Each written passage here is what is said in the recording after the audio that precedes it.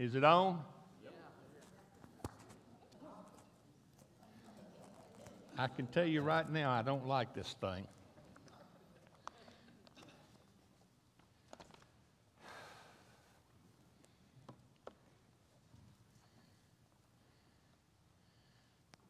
I don't know if everybody knows it or not, but Richard and Mary, in their particular situation with their home, now live in my front yard.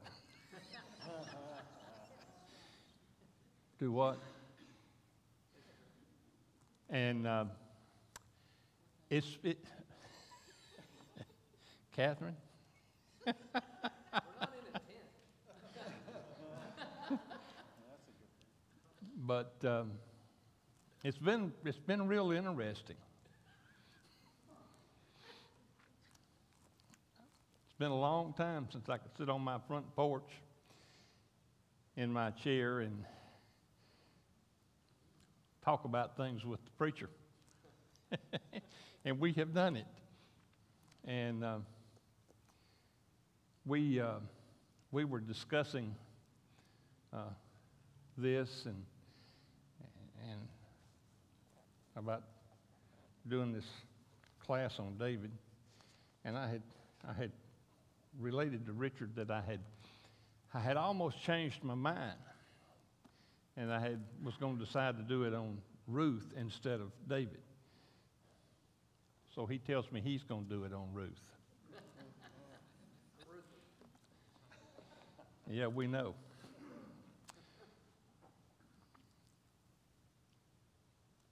If you look at Ruth,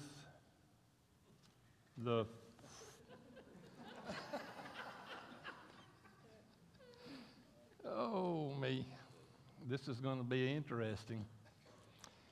In Ruth, the 4th chapter, in verse 14, talks about a close relative.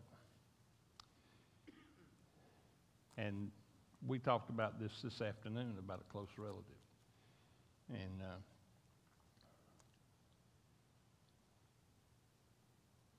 but it was Obed that was the close relative, not Boaz. And Obed was the grandfather of David. And I got to thinking about that, and I got to thinking about Ruth. And I was comparing her to some ladies that I know. And I decided that Ruth was a pretty feisty woman.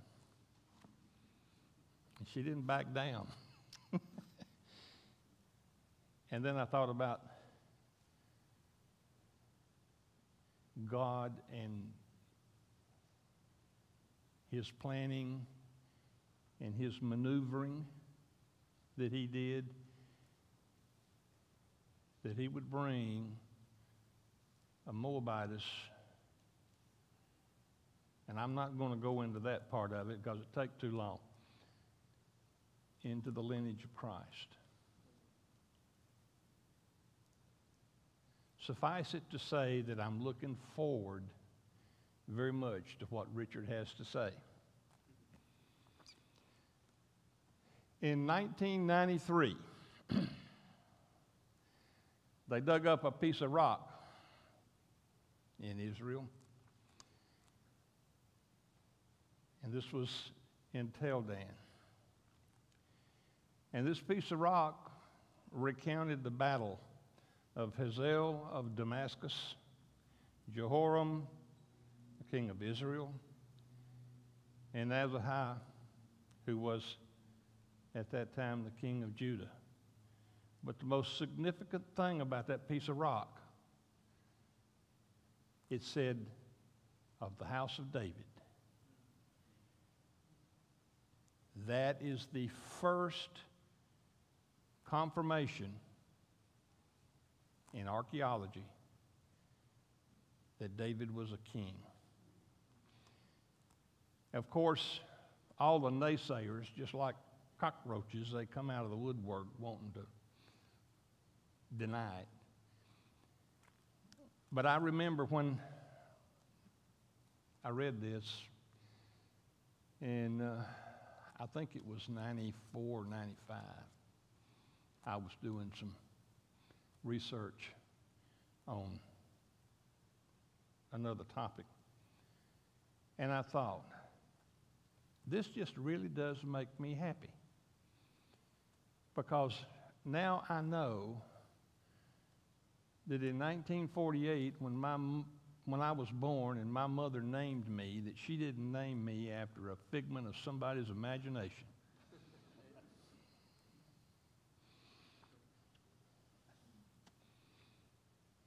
So, what's David most famous for? What's he most notorious about? Huh? Goliath. What else? Bathsheba. Anybody else? Huh? Numbering the people. I know you can't stand it. Go ahead. Yes, he was a poet. Huh?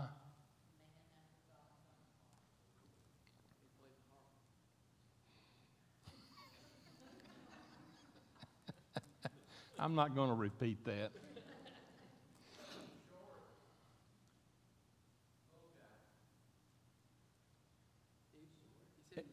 He was short, but he was ruddy. That means he was a redhead. I'm a redhead. Was. Not anymore. All of these things are true. But there was one other thing nobody's mentioned. Who was the avowed enemy of Israel at this time? And what did David do? He destroyed them. Now God sent Saul to take care of the Amalekites, and he didn't do a very good job. But David, in his victory over the Philistines, just about completely eliminated any influence that those people had on the world at that time.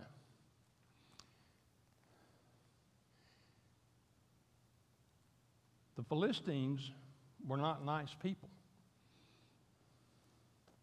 They were traditionally considered to be the forefathers or the forebears of the Phoenicians. Phoenicians weren't, although they were great seafarers, they were not nice people either. Tradition tells us that Rome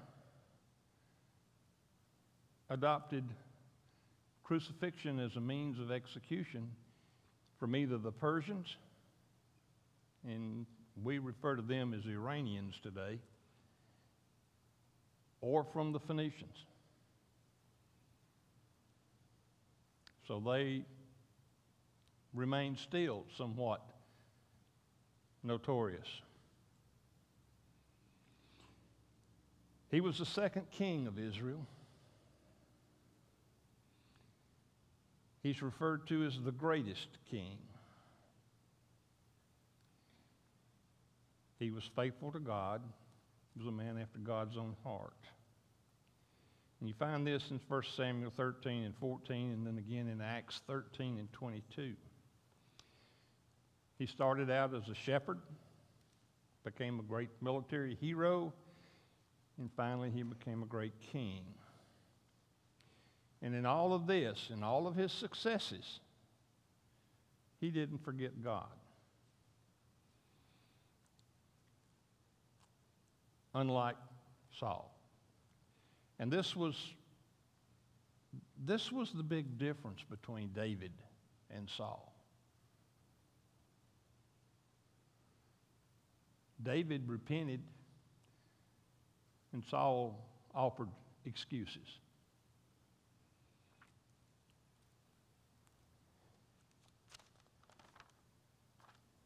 You can divide his life up into tests, triumphs, troubles, testimonies. Pretty much the book of 1 Samuel is all about this. Chapters 1 through 8 are about Samuel and his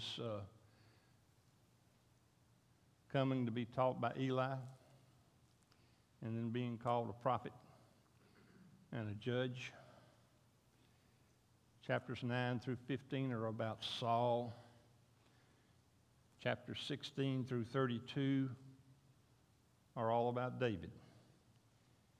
In 2 Samuel, chapters 1 and 10 deal with the rise of David.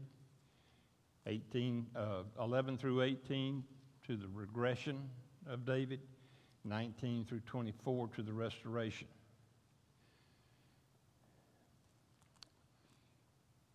I'm not real sure exactly which event, Goliath or Bathsheba, is the most notable. I would like to think that his dealings with Goliath, because that was a whole lot more pleasant topic.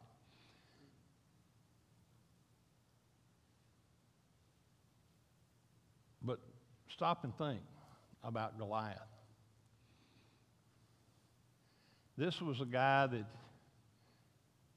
had been sort of standing in the background when the Philistines would line up. And then the next thing you know, you got this mountain of a man. This guy's 9 foot tall. And he walks out and he starts throwing taunts at the Israelites, wanting them to fight. I don't know of anybody that would want to tangle with a guy 9 foot tall. His armor probably weighed over 200 pounds. That'd be like toting a couple of cross ties. His spear, the spearhead weighed, I forget now, so many shekels of iron. I forget how many shekels now because I got so wound up this afternoon trying to find out how much a shekel of iron actually weighed.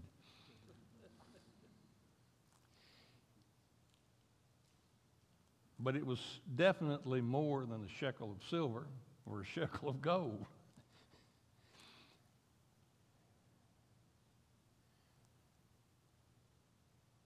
And we stop and think about David. He went to Saul, and he volunteered to go fight. And at first they didn't want him to because he was young. But really, how young was he? What do we do today? We draft our 18-year-olds. Was David that old? I don't know if he was that old or not. But he had already defeated a bear and a lion. So he was not unknown to the danger that was there to face an adversary. Now, how many of you have ever been on a bear hunt? I've been on 2.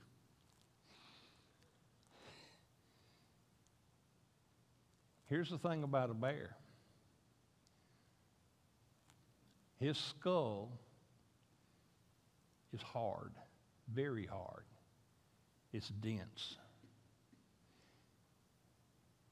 You go for a body shot, you got to remember that there's 2.5 to 4 inches of fur that you've got to allow for to get a decent organ shot. They're not easy prey. Of course, my buddy that talked me into doing this, on the way back from the first one, we went to New Brunswick, Canada. And on the way back from the first one, he starts talking about going to Kodiak Island, which is off Alaska. And I told him, I said, Kenneth, you got to be crazy. I'm not going up there and hunt a grizzly bear. That bear'd be hunting me. David faced him, and he killed him. He faced a lion, and he killed the lion. And his weapon of choice was a sling. Now, that's not that one that's got surgical rubber that you pull back like that.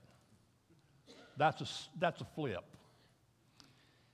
A sling, 2 thongs, a leather pouch, and you put the stone in it, and then you swing it.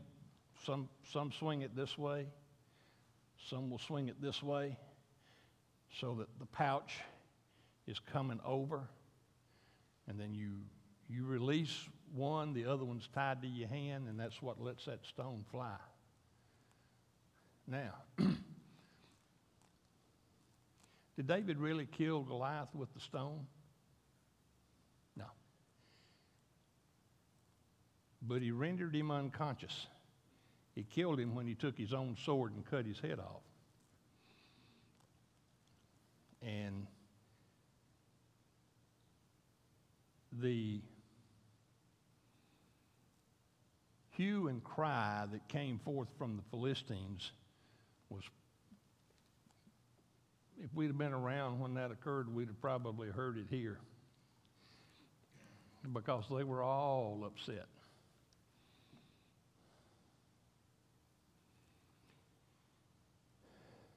But he used 5 smooth stones. And that word smooth is real important. Anybody got an idea why? Why was it so important that those stones were smooth? Yeah. Yes. Because they're going to fly true. If you take a rock that's jagged and ragged and you put it in that pouch, and it may look. How many of you ever saw Phil Necro throw a knuckleball? That's what it would look like. But that rock was smooth, and so it flew straight.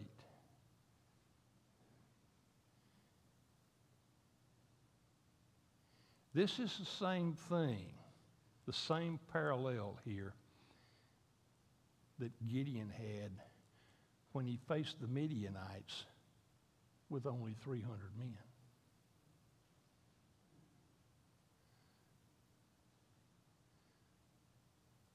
Who else was there when he faced them?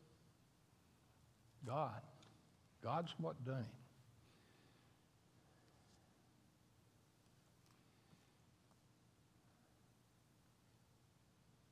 That was the start of David.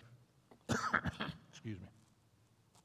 That was the start of David's success, his rise to fame, his rise to power.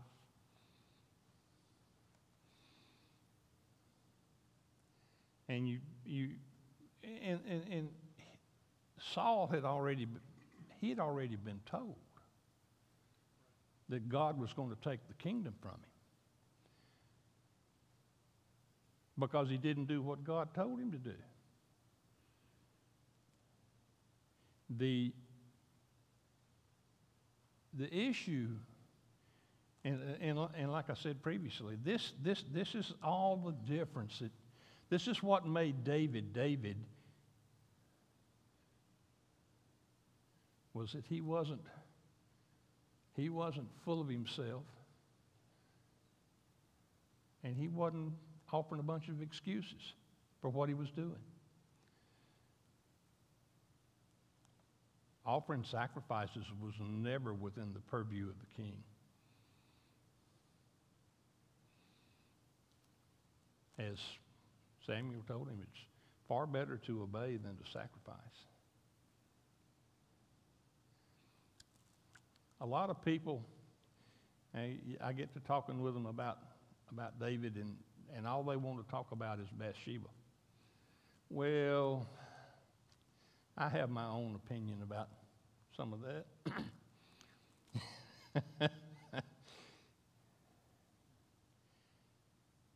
I don't want to impugn anybody's character or anybody's veracity, but let's face it, Bathsheba knew that David walked around on the rooftop.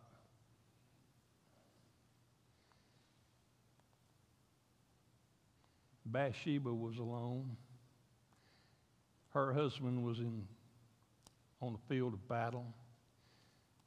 I sometimes wonder just how much negative influence Uriah had on Bathsheba because he was a Hittite.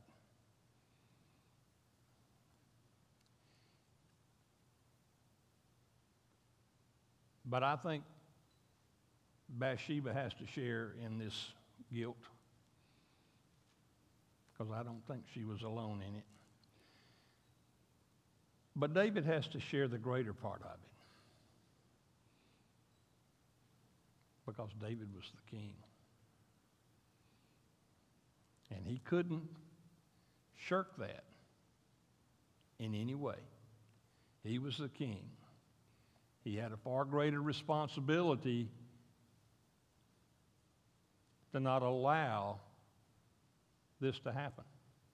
And he didn't do it.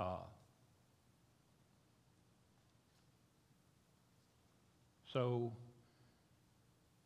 it escalates from adultery to lying to deceiving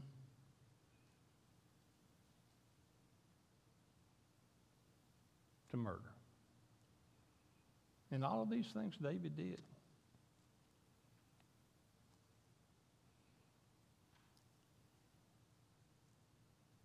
But when Nathan confronted him, he fessed up. He repented. And the only thing that bothers me, because having dealt with children who were unwanted and whose parents mistreated them, I wasn't real happy that the child was the one that paid the price.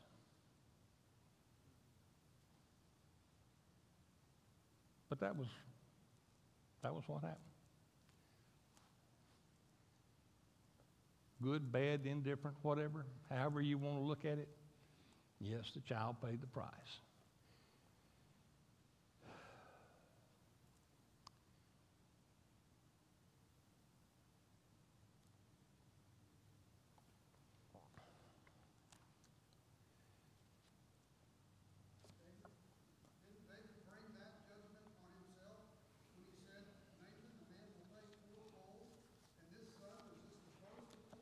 Yep. Yes. He brought it on himself. Well, I mean, he brought all of it on himself. Because here again, he was the king. His ultimate responsibility was not to do this, not to allow it to take place, and most assuredly, not to cast his eye on the wife of one of his military officers. And I think Uriah was that because, yeah.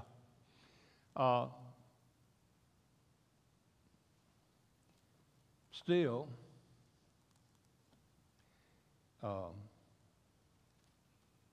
I'm not, I guess that stems from my association with Georgia Agape unwanted children. Well, we won't talk about that because I have some definite opinions about that. And you don't want to hear them. Look at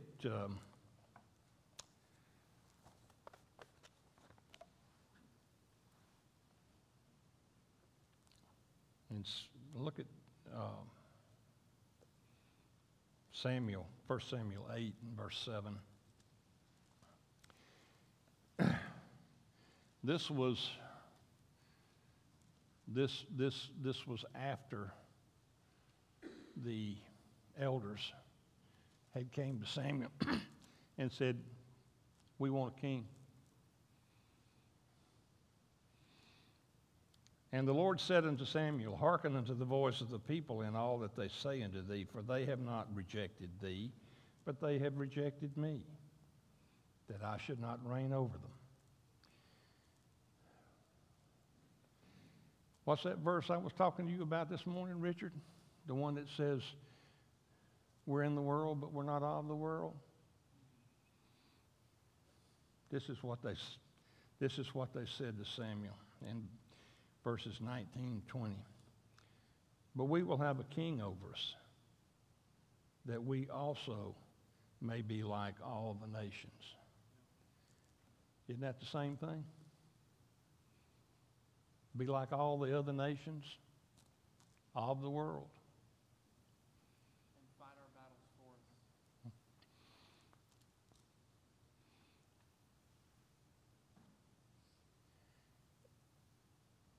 This was the opening statement, or the opening salvo, if you will, of the beginning of the end of the nation of Israel.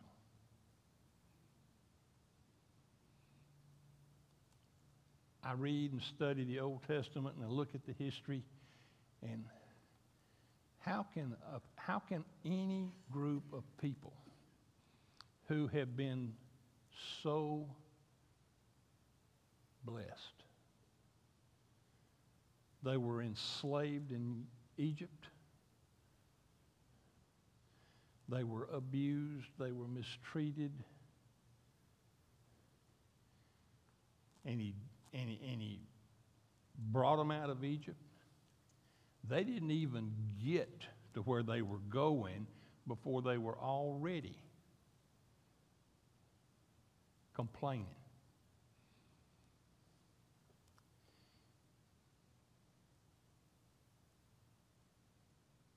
The thing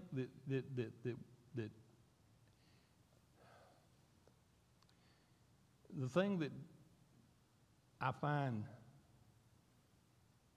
so significant, they wanted a king, they wanted to be like all the nations of the world, and out of all of the kings that they had one that was a great king.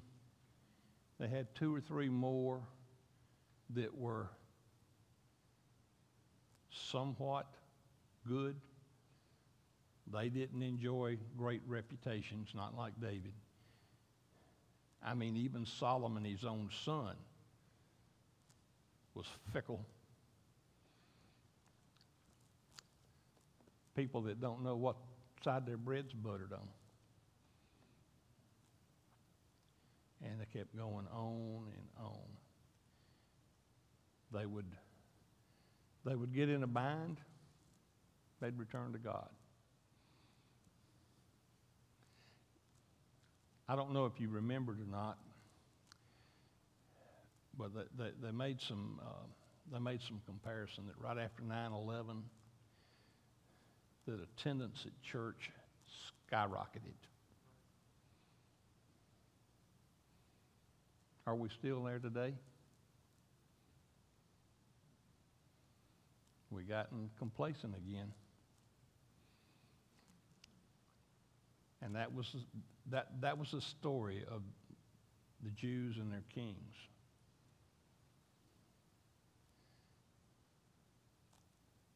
Power, absolute, corrupts absolutely.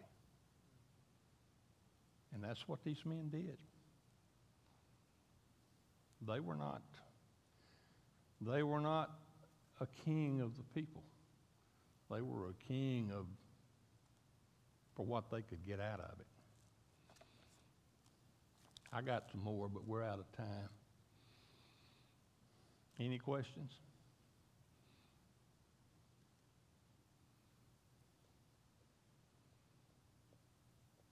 Richard, you want to lead us in a prayer and close us out? All right, let's bow. Father God, we are so thankful that we have this example from David. And Father, I pray that we will strive to be men and women after your heart. That, Father, we'll recognize that you are our King. And Father, we're thankful for the King of Kings and Lord of Lords that came through the line of David to remove the sin from our lives. And we just pray that we will always look to Christ, that we'll strive to be an example that puts him first. And we just pray everything in his name, and amen.